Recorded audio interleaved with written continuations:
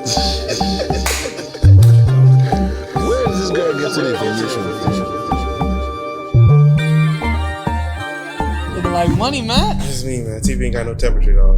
And it's the Lyrical Lounge. Lyric Lounge. What's good? It's your boy Matt. It's your boy Jay. Listen, man, before we start, this episode is brought to you by Positivity Water. Everybody know that me and Jay, we are like two big basketball heads. Pause. But we're really big on just playing basketball. This is our go-to water. As you can tell, we never are not positive. You know, always feel Refreshed. always feel Restored. and renewed. Positivity. Well, Positivity Water. So shout out to Positivity Water, and that's who it's who's sponsoring the show today. But we got none other than I don't know, man. I kind of want to call him half court Rico. Seen him shooting half court shots. Rico be dunking on people. Yeah, we got the camera filming through that. So what's good? We got Rico. What's happening? Or is it Wiz Khalifa? I don't know. I can't see. I don't know. I mean, we live at Galaxy Studios, so you already know what's going on. Yes, sir. So just give a quick little intro, Rico. I mean, I know you, but I want the world to know you. For sure. Well, I'm a artist, producer, engineer, part owner of Galaxy Studios. And yeah, that's pretty much it in short. We can get more into it. No, for sure. We appreciate you opening the door for us at Galaxy. Obviously, looks like the budget went up a little bit. Yeah. Yesterday's Definitely. price is not Today's price, Yeah, for exactly. But knowing Rico, I call him one of the hook gods, just period. But I wanted to know, are you more of like a hook person at first, or you do a verse first? So like anytime I record, I pretty much just go in and whatever happens. You know, I gotta choose my words carefully with these boys. But, Hey, I don't know. I was trying to figure out where you go in at, but hey. Man. So it's just like I'll freestyle some stuff, and out of that, I'll choose what I like, and then from there, I'll kind of piece together a hook. So for me, the hook is more important, but it's not necessarily what I do first. You know. Yeah, because I've seen your studio sessions, and you make sure to get stuff done. Yeah. Even if it's a word or two or an ad lib, like you make sure you document everything, record everything. And then Sure. I've seen it, like it's piece by piece. And then when it compiles into one, it's like, damn, like all this shit, like there's like a method to your madness. So I think it's just a crazy creative process, because a lot of people will just knock out a verse or knock out a hook and then call it a day. Wait. But I've seen your process, and it's motivating because it's kind of like, I feel like you treat it as a sport and a lifestyle, and you really appreciate it. So you go above and beyond for it. Like, you're not just going to half-ass it. So if I don't got it right now, okay, I'll do something and get back to it. Yeah, most definitely. How difficult is it to create a hook? Because I've never done like music making. I mean, I think if you haven't, like, with listening to music, if you haven't tried to make a verse or write a verse, because I want to hear J16. Like, I don't know if you want to hear it, bro. But like, how hard is it? Pause. Damn, that's crazy. Mm-hmm. How difficult is it to create a hook? Because like most of these songs, like the hook is what makes the song. Yeah. Well, for me, for my process, it's not difficult because, like I said, I just kind of go in there and freestyle, and from that, it's just like whatever I gravitate towards, and that's gonna be the hook. So, like, if that's a catchy thing, then I know, like, you know, that's gonna be the hook. So, I don't really like. Yeah, I don't think it's too hard. Pause, but yeah. You know. Well, like when you say about gravitating, because I feel like with you, you're all about like the vibe and the scenery of what's going on around you. So I know obviously you probably work alone sometimes in the studio, but like when you're with a group, like how does that energy help with your creative process? I mean, I love it.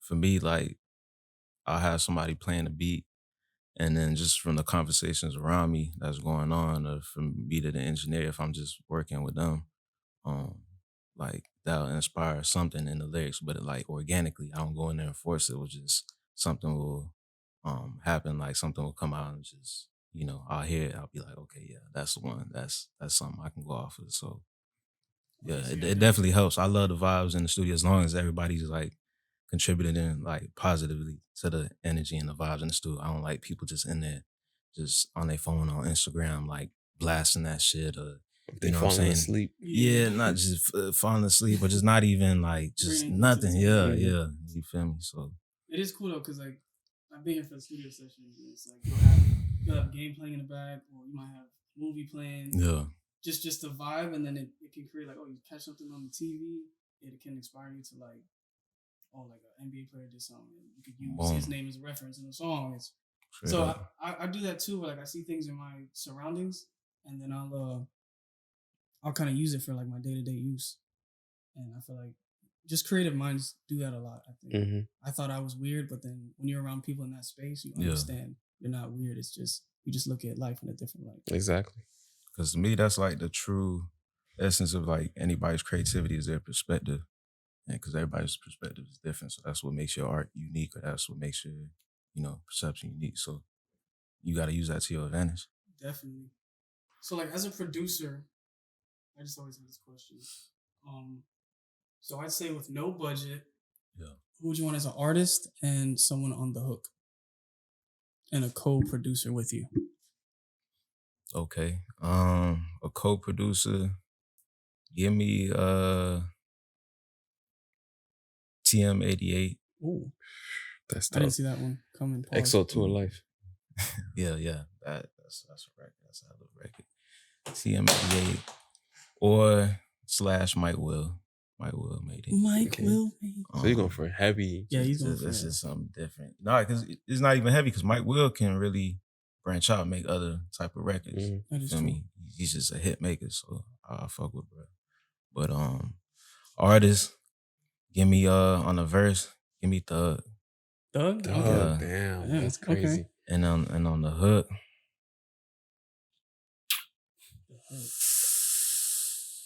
Give me a lot like Weekend. Damn, that's different. I feel like, you know what I'm saying? I'm trying to go for you something going that's for like a universal. you going for a pop record.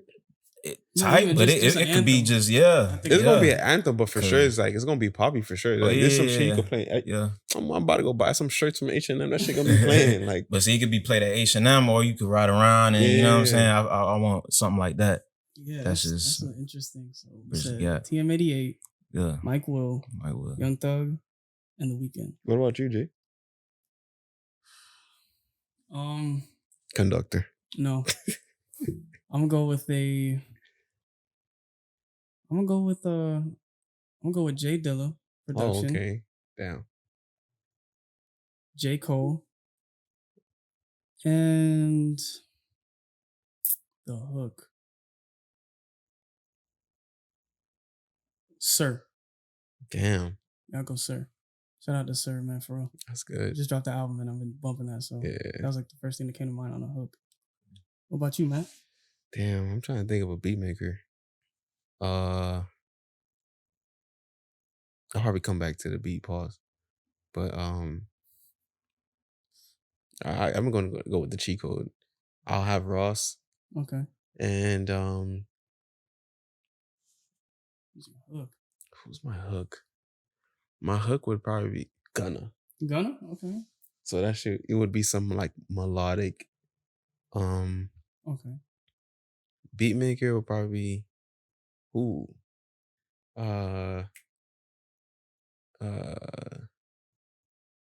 is it are they called Just Incredible? The Incredibles? Justice League. Justice League. Yeah. I said Just Incredible. Justice League. That's from LA Leakers. Yeah. Okay, that's a good one. I think we all had some good answers. Justice League. Okay. Well, since we're talking about producers, who do you think has the best tag and who has the worst tag? Damn. Okay. I don't really know worst tag. Best tag.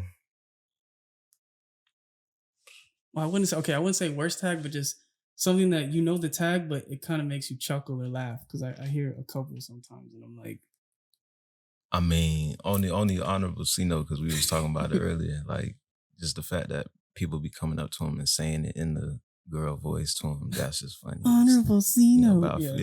Growing ass nigga. He having some heartbeats though. I fuck with bro. Best tag, that's crazy. Damn, I mean, I know he just dropped, so I'm not trying to be the prisoner of the moment, but Metro Boomin, like Thug, Metro Boomin wants some more. Like that's just everybody was saying that. I like the point. Metro, the Thug Metro, that's. Mine is slash shout out my boy Doja. Doja's tag. Yeah. That is There's a meaning behind that one too. Yeah, for sure. What about you? Who's your favorite? Right now, it has to be Conductor. Conductor. Like that's when you know some shit's about to happen. I think mine is Mexico Drill. Plug. Oh yeah. I love Mexico Drills. Like it's just plug. Like it's just or damn. Pierre Bourne. Pierre Bourne. Mm-hmm. Yeah. When I was thinking like worse, I was thinking just like craziest, but like Suede the remix god is it's always like a funny one too. Yeah. But that one was kind of like it was a parody because he kind of just got hyped up because of the whole Thanksgiving thing. That was banging. That I agree with that. That one's ass, but shout out to Suede the remix god. So obviously we have Rico here. Rico is a certified hooper. I've known him for years. But you do rap and you play basketball. So name some people that you think kind of fit around your lane or people like you kind of emulate or kind of look towards. Like, you know, you got your NBA players, but they kind of do active stuff outside of basketball. Okay. That's a good question. Definitely. So, all right. So, like, repeat again, kind of like. So, like, since you're like a rapper and a basketball player, yeah. Like, who are some people that come to mind that are like basketball players, but they also have different venues or lanes of things? It doesn't have to necessarily be like rap, but it's primarily that. I mean, off top, you got to shout out Jimmy Butler with the whole coffee thing that he started. The hustling thing for sure. I mean, on the bubble, right? Yeah. That's true. Like, that's true. Little business thing that he did. I mean, I guess like Bron did with his boys and like Clutch and built an empire. Yeah, you feel me? So that's pretty impressive. I think like KD is the same thing too. Has like production companies, different like ventures like that. Andre Iguodala, getting in tech. That's the biggest one. Pause.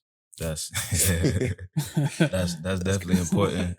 Really important for people like us too. Like to get into that space and take that over. But yeah, people like that. Yeah. People that transition into something. Pause. No, it's not a pause. That transition from like they play ball, but they went into. I mean, you got even current too. Just anything really. I mean, you got Magic, Shaq, Starbucks. One of the first few that were first on Starbucks. LeBron with the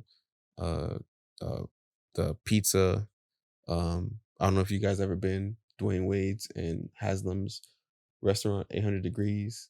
No, I haven't been there. Yeah, it's closed down now, but it was really good. There's so much, but there's a lot of people that play. But the one that I like the most is Andre Iguodala going into tech. I gotta look that up. I didn't really know too much about that. But there's more football. There's more football players that I know that down here have done like Terry Bridgewater. He retired. He's coaching at Northwestern, but bought like 2 apartment complexes for like $1 million in Overtown. Oh shit! Yeah, and then there's another football player that bought like 5 apartment complexes in North Miami. So they're going into real estate. I think but most of them go into real estate. Well, with that being said, is there something you want to tap into? Pause. Outside of music and your normal thing, is there something you want to like a dream that you pursued or something that you want to do to where, okay, I'm gonna try this now? Not something that I'm gonna try, just something I'm gonna do it again because I used to coach, so I definitely want to get back into that and like use sports and just like programs to help kids just be on the right path through that. Because from my experiences and experience of others, like you can be taken advantage of and just like a whole bunch of crazy stories that people got. So it's like, I would like to be able to use resources that I could get later on to help people out. And you already know it's talent down here. There's so a like, lot. No, for sure. we It's a known lot for of talent. football, but I feel like it's There's a basketball lot of talent basketball that's talent, too. coming. Is so I mean, it's a lot different from when we were younger, for sure. yeah. A lot more training coaches. Oh my bad. No, go Like ahead. a lot more like it's just easier access to get to learning the sport, trainers. I mean, there's gyms everywhere. I mean, back in the day, I mean, I'm not saying I'm that old, but all you could do is play basketball at a court on the outdoor. Now it's like LA Fitness runs, 24-hour fitness runs, people getting their own gyms and making basketball courts. Yeah, exactly. It's the culture changed thanks to Wade and then LeBron came and like. Yeah, with the hoop mixtapes, like everything. If you think about it, like back in the day, if you had a hoop mixtape, yo, you was legit. Yeah. Now every person has a hoop mixtape, so it doesn't have as much value. Yeah. I was gonna ask, like, with you saying you want to like do stuff for kids, or I won't say do stuff for kids, but like do stuff for the community. Yeah. Have you thought about, since you have a studio, have you thought about like having like a nonprofit organization, probably like have maybe like 5 to 6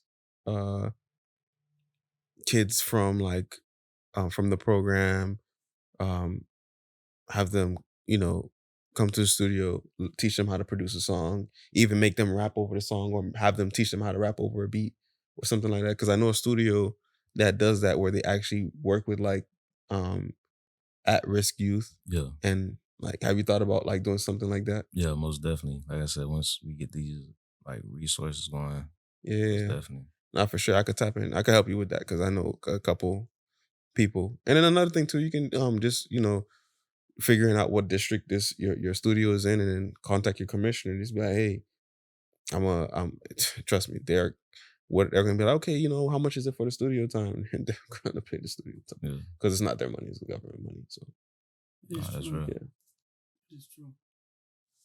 So with your first tape, because I wanted to just get into the music, because obviously you're an artist, so I had to showcase my boy. So the Rico Ace Live Ep.4. Okay.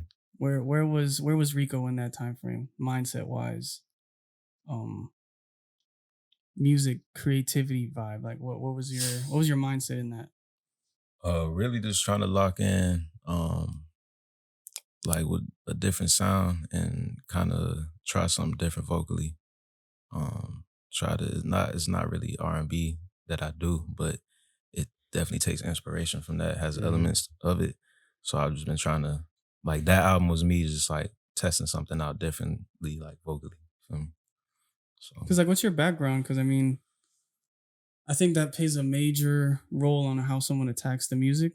So like your upbringing, like what music were you listening to as a child? Like earliest music I can really remember is probably like Michael Jackson, a lot of like different R&B, TLC.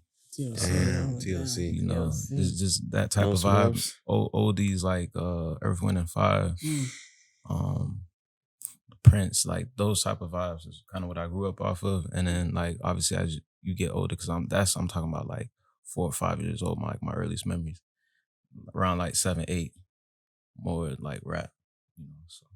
Well, with your introduction to rap, like who were like the first couple artists that you heard, and then you kind of fell in love with the sound? I remember the first time I really heard like rap with no like with cursing in it and everything. Cause I think before that I probably heard Run DMC like Christmas and Hollis when I was pretty young. So that might be like the first rap song, but like the actual real first one was Get Rich or Die Trying. Damn. Realest Niggas, 50 Cent, Biggie. Man, how old were you? Like what? Like I had to be like 8 or 9.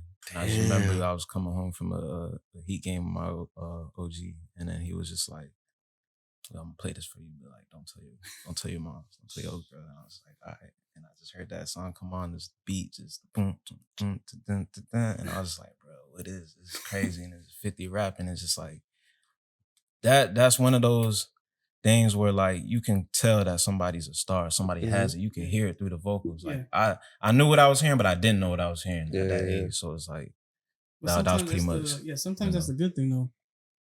Because I mean, you could try and introduce someone to a lyrical rapper, but they're going just off of the beat and the tempo and the way the poise on the track. And then when they go back to it, then they break down the lyrics and understand the meaning behind it. Then it just brings more. So it's like, if you can catch someone's ear off of just the beat or maybe the way you say certain things, you've already got that person locked in. Okay. That's how the origin starts. And then you follow the artist till then. Because you're talking about 50 before Get Rich or Die Trying. Look at 50 now. Yeah. It's like, this nigga's making shows. Would have never thought that ever. I didn't think he was going to make it this far. Yeah. Like life-wise, thank God. Yeah. And the other record was 2001, Dr. Dre. Damn, that's when my pops would go to. Yeah, that shit was, If you think about it, that was like GTA music before GTA. Literally. Yeah, GTA San Andreas. Yeah, that's so fun. Right. I was gonna ask you when it like 50 Cent, like I'm not even gonna, I don't even care about the questions now. Like like because me and Jay was talking about this. What is a song to you that like back then when you first heard it, it was like imagine you first heard Get Rich or Die Trying, like damn, oh my gosh. But like now if you listen to the song now, it's like, what the hell was I listening to? I don't know one this came to mind, bro. I don't know one off rip, but there's definitely a few that I've listened back to and just like I'm really trying to get in that mindset that I was in when I really was like, damn, this is the craziest thing I ever heard. And I listened back to it, I'm like, nah. Y'all boys remember Get Silly? Nah. Yes. The dance flow set. Oh my God. I was telling Jay, like Taffy, the stuff goes on. Bro, like Ayo Technology. That song is so bad, bro. And we're just talking about just production. Like that time was just very like electronic and there's a lot of experimental. And now that I hear it now that I'm around you and other producers, it's like, whoa, this is it's a little different. Right.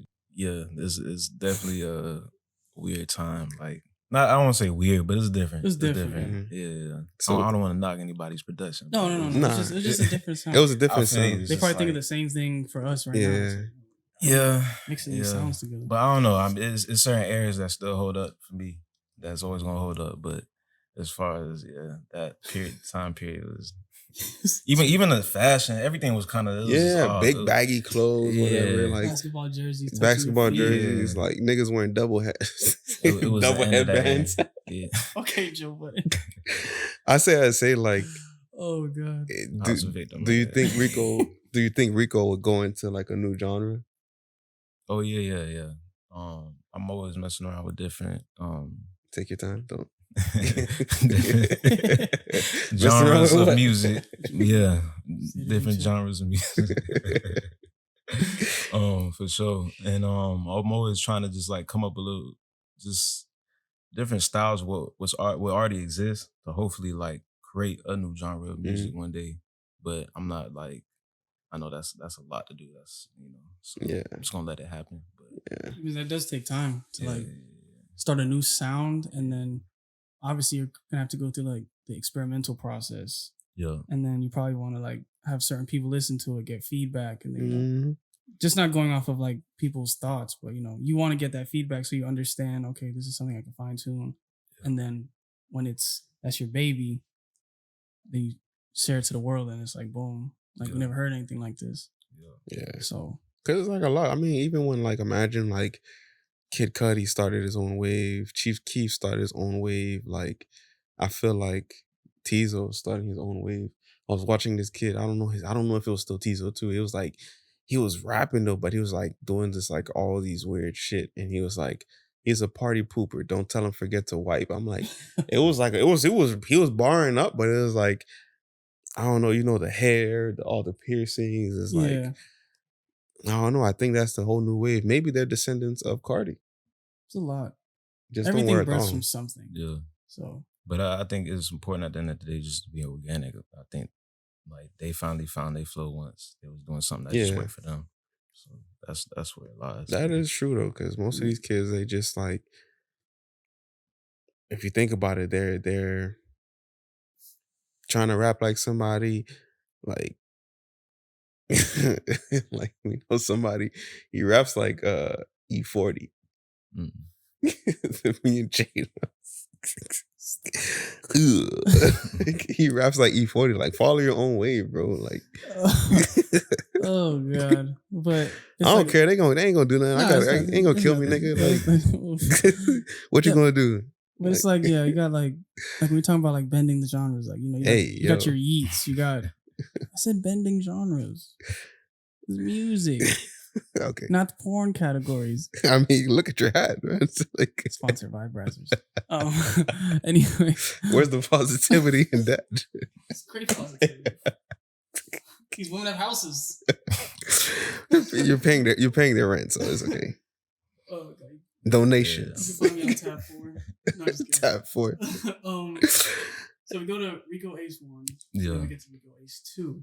Yeah. So I hear a drastic sound difference where you're getting more, I think you're finding what your craft is. Because like the second one it has like a lot of melodic future vibes. And I'm like, okay, because it's a change from 1 to 2. Mm-hmm. So like, does the music that you're hearing or just your surroundings, does that kind of help with your creativity?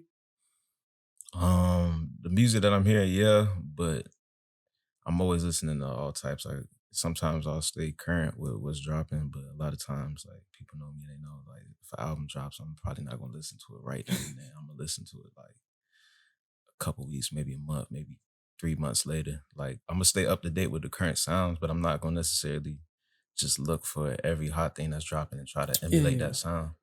So it's just whatever inspires me or whatever looks like a challenge. Like I said, like I was trying to do different things vocally, so that was like a challenge for me to do something more melodic. It's definitely on that, yeah. Because I do understand what you're saying, because I'm looking at it as a listener. So as an artist and a producer, it's like you don't want people to force music onto you, like just because it's popping right now, and then, you know, people try to just jump on that sound because that just puts you in the same category as them. But, you know, if I'm trying to make a Metro style beat, somebody's probably just going to listen to a Metro song at the end of the day. Exactly. So with that, I feel like, because I have sent you a bunch of songs and I'm like, he probably going to listen to this because it's just, you're in your zone.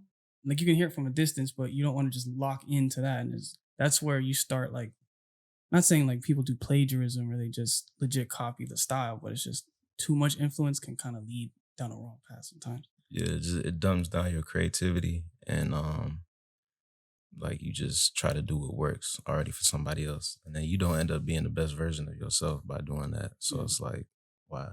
Exactly. Yeah. Because like on 2, like my shit on the second tape of the trilogy is definitely on the way. On the way, okay. That's like wavy as fuck. It's like I don't know. You do something pause with your voice, or it's like I'm on the way. Like it's just the way you kind of just flow with the words, and it goes with the beat, but it's kind of like wavy, and that's where like I really started listening to your music, like for sure. And then when we get to 3, where was your mind at there? Because I feel like everything has a upgrade. Like you keep jumping up on tiers to where I'm not sticking to one sound. I'm just refining my sound. You may think it's a new sound, but it's just me just getting better. It's just putting in the work. Type shit. Really, with 3, I was just trying to do something melodic, but with harder beats and just like a different style, but still keep it to, you know, that same sound, like refining the sound, like you said. Yeah, so. For sure. Because on 3, mine is Oh No. Okay, yeah. Because like you're very big on instruments. I know that. So like the guitar strings on that. Just pause. But Matt, I was gonna ask, do you play any instruments? No, I don't. Like I can mess around on the piano to make a beat, just play like simple chords, but definitely not fluent in any instrument. I mean, if you need like Twinkle Twinkle, I got that. Like, you feel me? Anybody can knock that out. But it's kind of like Kanye said, like it is a little ignorant to be like, oh, I'm not gonna learn how to play an instrument. So that's not my mindset. But my mindset is when I do collaborate with people, I'd rather just get somebody who's the best at what they do. Because I've been in the studio with people who can recreate anything on a guitar that you hum to them or whatever, and then they can flip it and then they can put it in this key or this note. So it's like, you know, why would I spend 3 hours doing that when I can get with somebody that can do it in literally and they like might teach 30 you seconds. firsthand right there. Exactly. Yeah. So that's true. So you said like your influences are Currency, Wiz, and Dom. those are some, for sure. But you recently, you said that, Rico Ace Live 2 kind of had some future influences. I'm gonna ask you this question since you're a producer. We'll do 2. Start bench cut. Since listening to who you listen to, start bench cut. Who would you start? Who would you bench? Who would you cut? Wiz, Currency, and Dom Kennedy.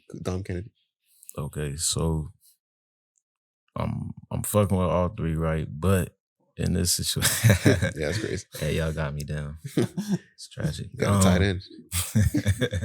4 wide receivers. At one point, this list was probably gonna be switched around and rotated, but at this point, it's gonna be bench Dom Kennedy. Even though I got bit respect for bruh, and he had the soundtrack to what was going on in my life at one point when I was a youngin'. But right now, bench Dom just because he not as active. Cut Dom, bench Currency.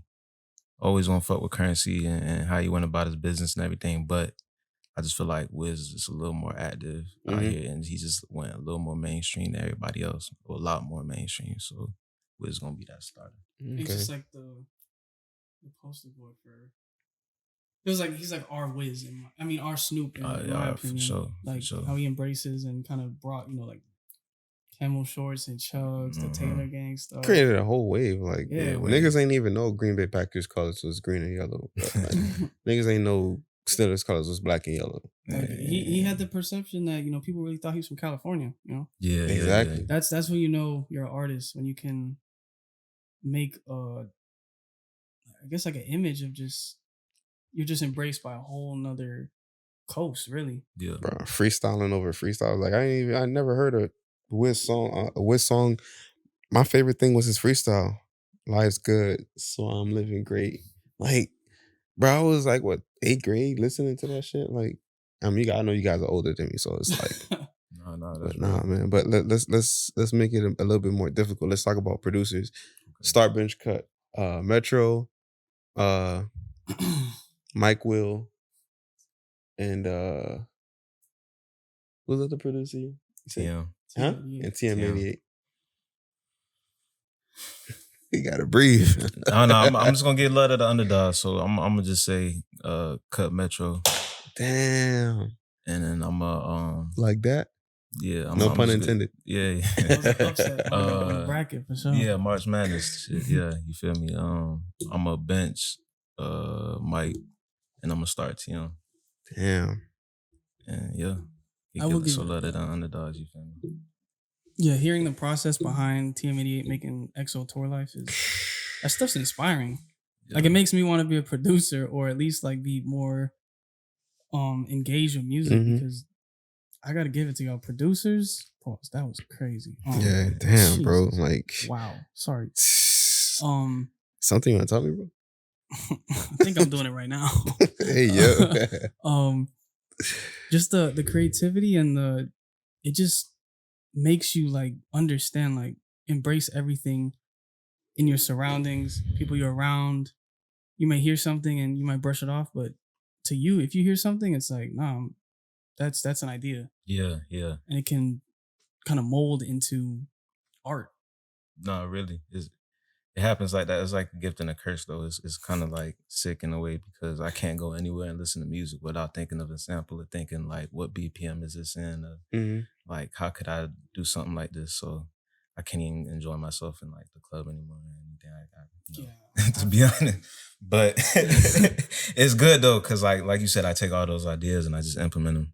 You know what And I then do. you see, it's a good thing you said that you go out, because a lot of people just box themselves in.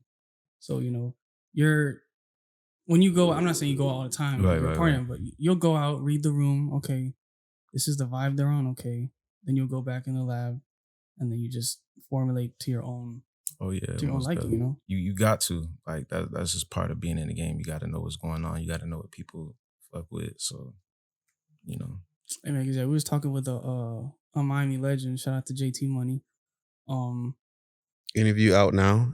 Go ahead and watch the interview. Go watch that. He's talking about writer's block, and he said you shouldn't really get writer's block. Writer's block is when you're kind of just blocked in a space and you're not doing anything. But if you're out and about living life, that's where your creativity comes. You get the ideas, so you can't really have writer's block if you're active. No, so, that's 100%. Do you really agree on that? 100%. Like, cause you just feel it as an artist. That sounds funny to say, but like, yeah, when you make music, you record. It's just like there's times where you just get a download, you just get that inspiration, and it's just like you can't really explain it, and like you just tapped in. And there's other days where you're not tapped in, and you're just trying to force stuff, and you just feel it, and you're just like, damn, this is writer's block, but it's not. It's just you're not in that space, that creative mindset. You haven't received enough around you to kind of like process it and then, put your perspective out. Yeah, because you'll be like, I'm like, yo, just play me some shit. And you have like the matrix on your computer of just songs. And I'm like, you play one? And like, I wasn't really feeling it. I was like, that shit is fire. So it's like you're battling yourself at the same time. That's one of those things that you have to deal with all the time? Yeah. Being my own toughest critic. But it's good because it keeps me pushing, keeps me going. Like, I think sports help me with that because it's like, it's another gift and a curse type of thing. Like being your own biggest critic. A lot of people who are artists are like that, and I just feel like you got to kind of get out of your own way sometimes. But at the same time, you do want to make sure that you're always striving to make like your best work. You're not being complacent with what you do or not trying to like surround yourself with people that's gonna be like, yeah, this is the greatest thing ever. And then you just, inflate your head and think like, oh, I'm, next, whoever the fuck. So it's like, nah. Because that's where like the lackadaisical part comes in. And I mean, you see it with artists, like they'll have like a hit record and then they'll just try and cruise and think, oh, I got this. I'm like on top of the world. Right. And then they'll be lazy. And then the second song doesn't do as good as the first song. And then now you're got your back against the wall. Mm-hmm. So like the way you carry yourself, it's like you hold yourself to a high standard. For sure. And you're always pushing yourself to the limit. Not even just music, but sports, life. Like you always progressing. So I feel like people need to stay in that mindset in order to keep progressing in life. So yeah, most definitely. It's just how you do one thing is how you do everything. Is how I look at it. So for sure. Yeah, I live my life. But there's a lot of artists like that. You don't want to end up. I call it I guess we call it you guys know Mooski. Mm-hmm. She's a runner. She's a trash car. You don't want to have that. Like, you have one song and then you have nothing else to show for it. It's like a lot of people are afraid of that. You don't want to. I thought Ice Spice was gonna fall into that. Sexy, with Munch. I thought Sexy Red was gonna fall into that with Ski. Now she has another song, like with the Get It Sexy song. Like bro, like watch when the video comes up because I was paused, but I was at the video shoot and it's like Drake there, Soulja Boy. It's like Soulja Boy. Soldier?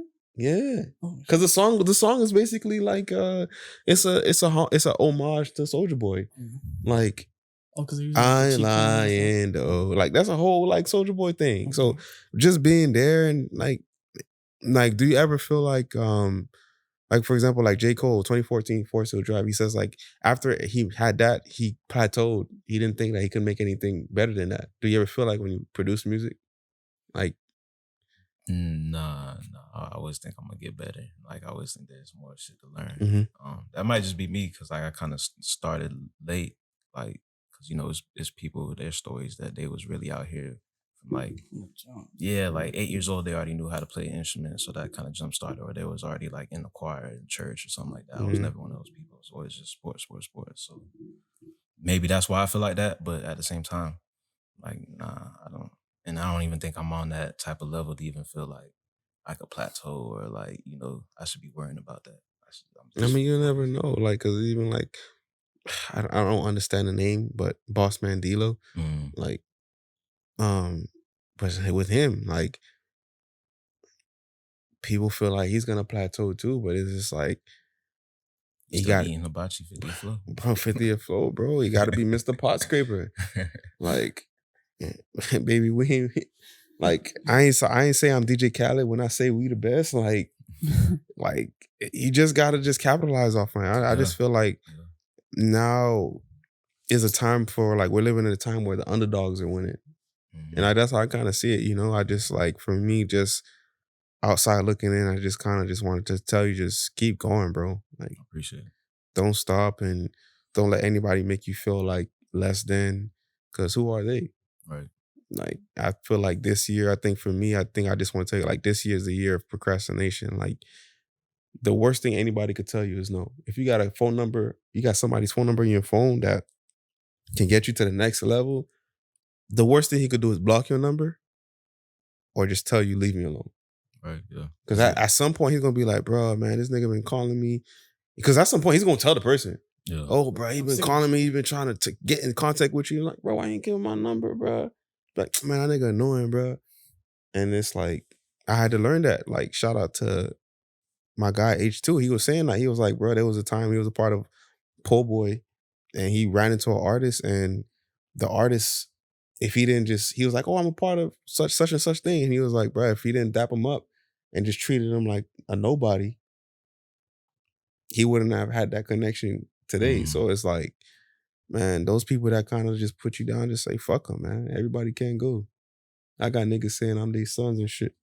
That's real. That's real shit. So this is a lyric lounge. So we always have to do a lyric breakdown. So we're going to go off of Rico Ace Live Ep.4. Says, love to smoke the Don way. I ain't got to floss. My ashes look like Pompeii. Cool shit. Listening to Dom K. So obviously you giving homage to Dom Kennedy. So I know it's kind of hard that you had to cut him, but yeah, that's crazy. It's like I like slick stuff like that because a lot of people don't really know Pompeii, really, if you think about it. Right, yeah. This generation, it's like, what is that? Mm-hmm. They'll think it's like a clothing brand or something. Like, no, it's some historical shit. But so then I got another one too, because I mean, obviously I've been blessed to be in the studio when you're making this music.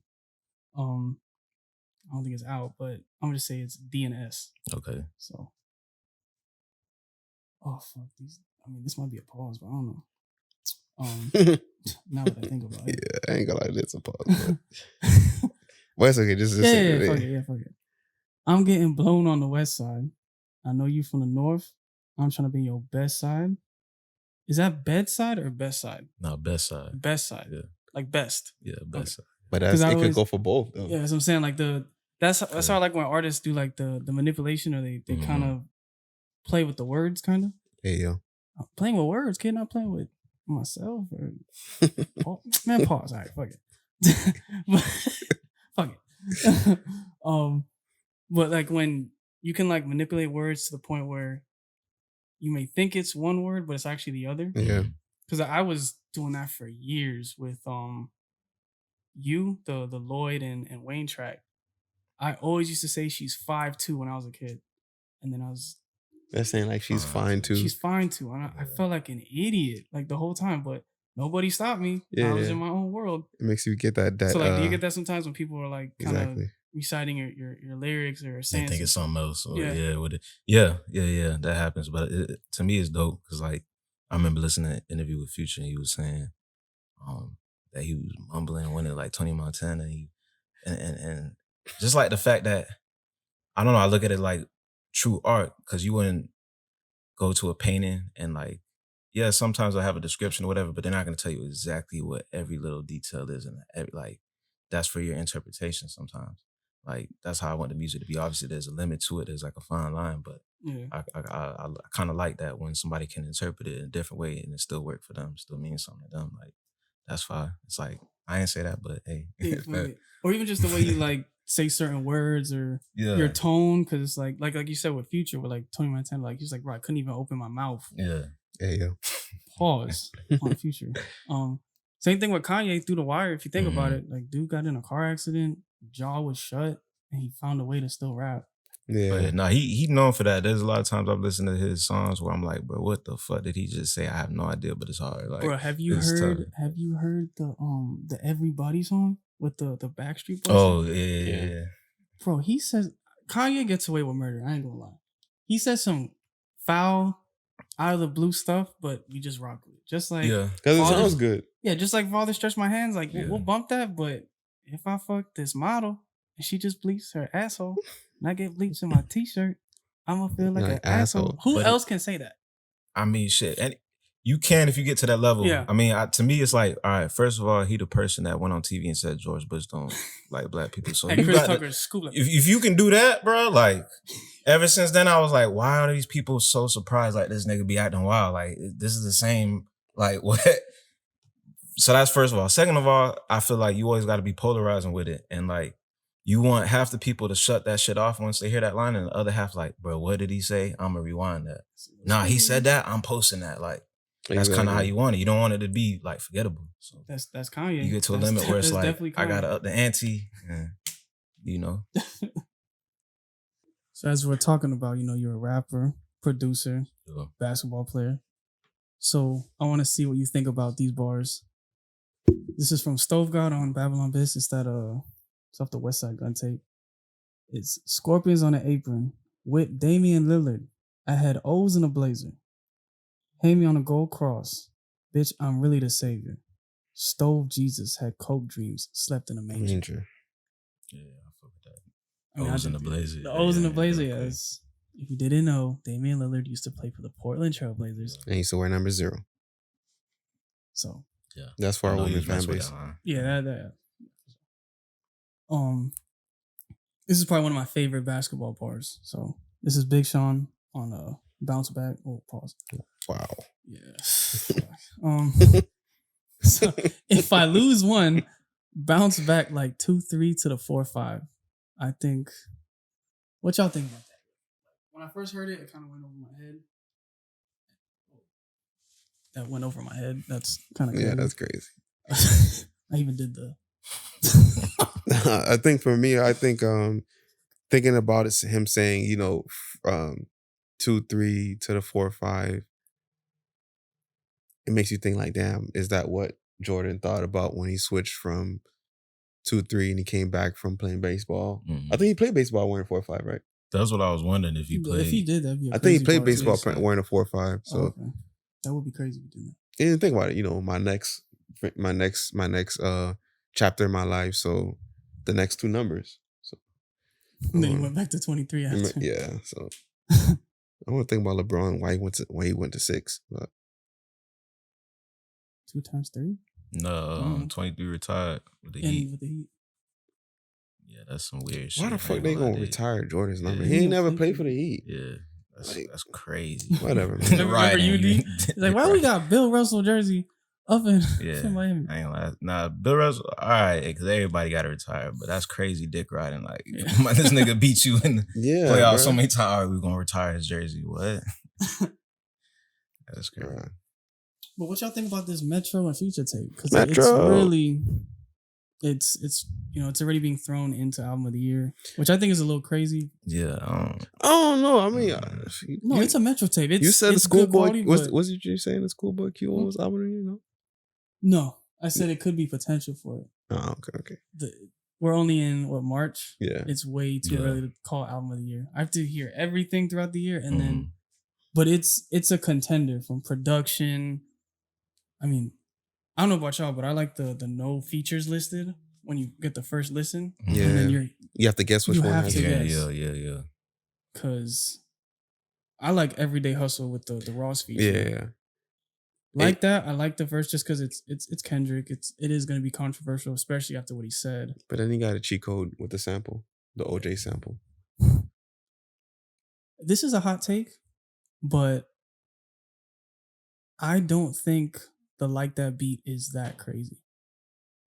That's a hot take for me. That is a hot take. I don't know. I just feel like it's a good beat. Don't get me wrong. Great beat. But I feel like if someone were to make it in a home studio here and you play it to somebody, they would skip it.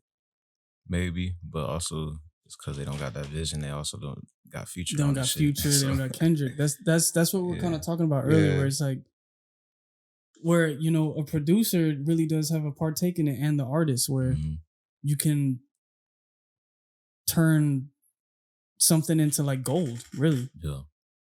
it's a great fucking song. I'm not taking anything away from that, but I'm just saying, like, with my taste, my opinion, I think there's better beats on the tape, but that's the most like polarizing song on there for sure, and it's doing that because of that. So with that, we have To pick we don't sides. trust you. So it's like, what side? Because people are taking sides already. I'm pretty in the middle because I just listen to the music. Every artist on that list, well, most of them on that list on each side are people that I listen to. So, but if you had to choose a side, in theory, where you can only listen to one side of their catalog and you have to erase the other side, which side are you picking? Future. Damn. Straight like that. That's it. Matthew? You have to pick one side. Yeah. With their catalog and everything. Catalog, everything. The other side is completely erased from your mind. Damn. Yeah, it's a very difficult question. I'm not gonna lie to you.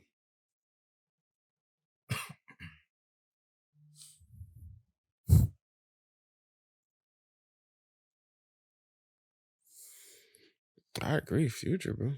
Future? Okay. Because because I'm thinking about it like, no, I'm taking that back. I'll go J. Cole. Yeah, I was gonna go with definitely the J. Cole Drake side, just because. No, it's Future Drake, and you throwing in J. Cole now. No, I'm saying the sides, because remember it was Future Drake. Okay, so if it's Future, I never heard no Future J. Cole beat. I've been heard about Future I'm Drake. I'm talking about who's going. I don't know if you saw like they're saying the meme where it had like Metro, Future, Kendrick. If it's Future and Drake, I'm taking Future side. Future. If it's Future and K-Dot versus Drake and J. Cole, I'm taking Future and K-Dot. I ain't gonna lie to you. Saying I gotta go Drake and Cole. They finna sing y'all niggas to death. Nah, Future finna take all they girls. That's what's gonna happen. Future? Yeah. Because now it makes you think like, what would Pluto do? What were you trying to give that? What do you mean? What would Pluto do? The question is, what would Pluto do? Like, come on, man. Like, you singing to me about what I'm gonna do, nigga? You already did it. You took my bitch. But then we elevate the sides, because if you look, you got to put Kanye on the Gemini side with Kendrick, Future, and Metro. Then it changes the whole thing, because Kanye's Kanye. So and you got Pusha T joining the conversation. Yeah, just cause. Like Pusha T join the chat. 2024 for real. Well, besides that, man, we got way too carried away because this is just a great fucking interview. I ain't gonna lie, it's a lit episode. Any shout outs, any artists that we really need to look out for? Shout out to the artist I'm locked in with right now. Producing for Pat Rax. Y'all be on the lookout for him. He got music out right now under Toupee Pat, but he currently go by Pat Rax. So he'll be dropping soon. Also My Life's Inc. Check out his music if you haven't already. Been locking in with him lately on some production, so hopefully we got some fire shit. Getting ready to release for everybody. For real, gotta be a diplomat with my words. And then the last, not an artist, is a producer, Doja. I'm always locked in with him. Doja, we got man. something dropping soon, so yeah. Those names I've been invited to those, and yeah, it's definitely something that the world needs to hear, or just people in general, man, because it's with Ink, it's like there's no, you can't put like a cap on them. It's too many genres. It's just like really talented for sure. Yeah, it's like a walking Pandora kind of. Literally, if you think about it. Most deaf. Doja is like energetic, sporadic. Just he feeds off of energy too, where he knows who's in the room and what he can tailor to. That's like a skill you and Doja have for sure. Yeah, bro. His energy is great in the sessions. It definitely helps as an artist. For definitely. Sure, and Pat Rack, Pat Rack is he's one of those.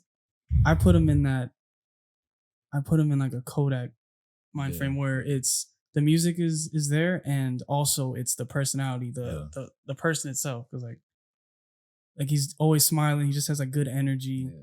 Yeah. He'll make you laugh. Like it's just he's all about energy. And I feel like that's one of the things that artists need to really realize. Like don't try to be too cool. Be yourself. Mm-hmm. Like we were just talking about, Sexy Red and saying like Ice Spice. Like we thought these people were gonna have like one hit wonders. Yeah, no. But their character like skyrockets. Just their vibe will push people towards more of their music and just investing in the person themselves. So I think My Life's Inc., Doja, and Pat Rack are really those people that are genuine people, and then they'll follow you off of just you, and then the music is just a plus. That's how I feel like people need to embrace music. So I feel like that's where it's headed, really.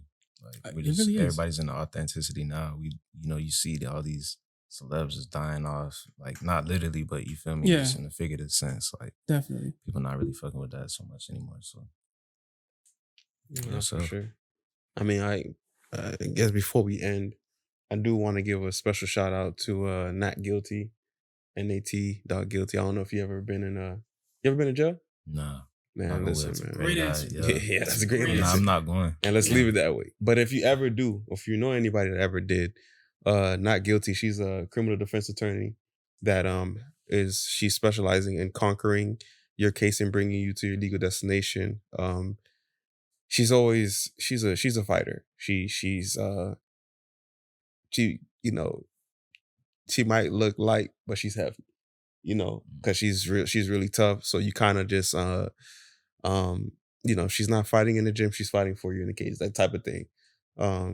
And if you ever feel like you're in a legal battle, let her know that the Lyric Lounge or the Come On Miami sent you. So that was a hell of a promo, bro. Yeah. Had little bars in it. Okay. That's my girl. Not Guilty. Even the name, man. Come on, Nat. Yeah, Nat Guilty. That's a fire little slogan. That's her name is Natalie. Hey, before we get out, I forgot. We got these records, man. Oh, yeah. Rico. What did I'm gonna let you gotta introduce these things. That's so most def. This one for me is classic K-Dot. I'm glad it got released. LeBron saying like, "Oh, I'm the reason." Lil Cap, he talking about he the reason why I dropped or whatever. But for my dog LeBron, but it's all good. Yeah, Untitled and Unmastered is up there. He got some records on there that's just is art. There's no other way to. But you got I think 02 and 07 are mine. Yeah, I can't even remember off top, but there's this one where he breaks it down and he's just like, "What did the white man say? What did the Indian say? What did the Asian man say?" That tough. And why you so sad walking around with the because that's pre To Pimp a Butterfly. Yeah. So that was definitely like some rough drafts. I thought it was a throwaway, man. I'm gonna lie to you. I thought Untitled and Master was just a throwaway. I mean, it really was. Yeah. It really was. Yeah, it really was. And but that his throwaways are.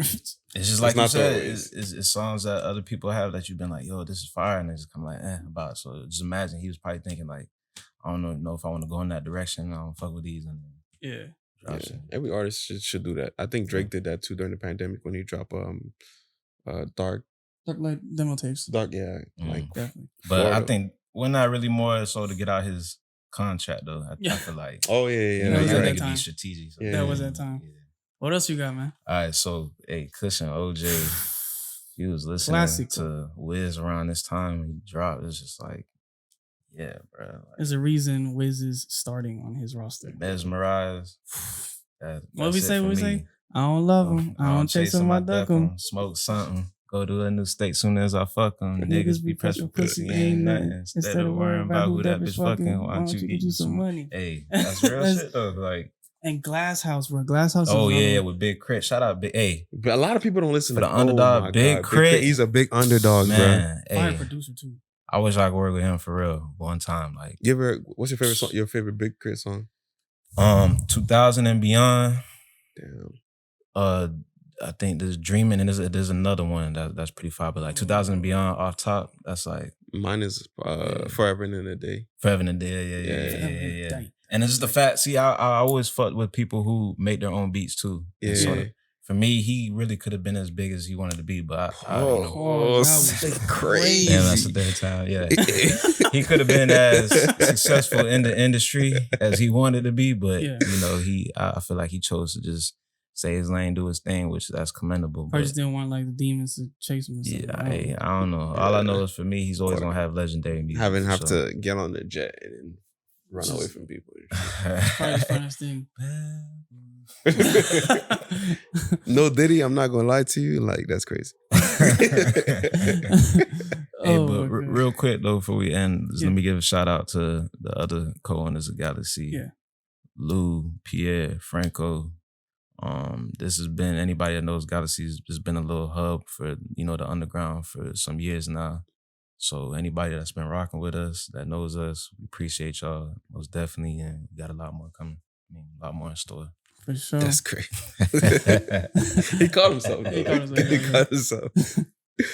Listen, man. I don't know if there's anything else you want to say, Jay. Nah, man. Just like again, just reiterating. Shout out to Galaxy for sure.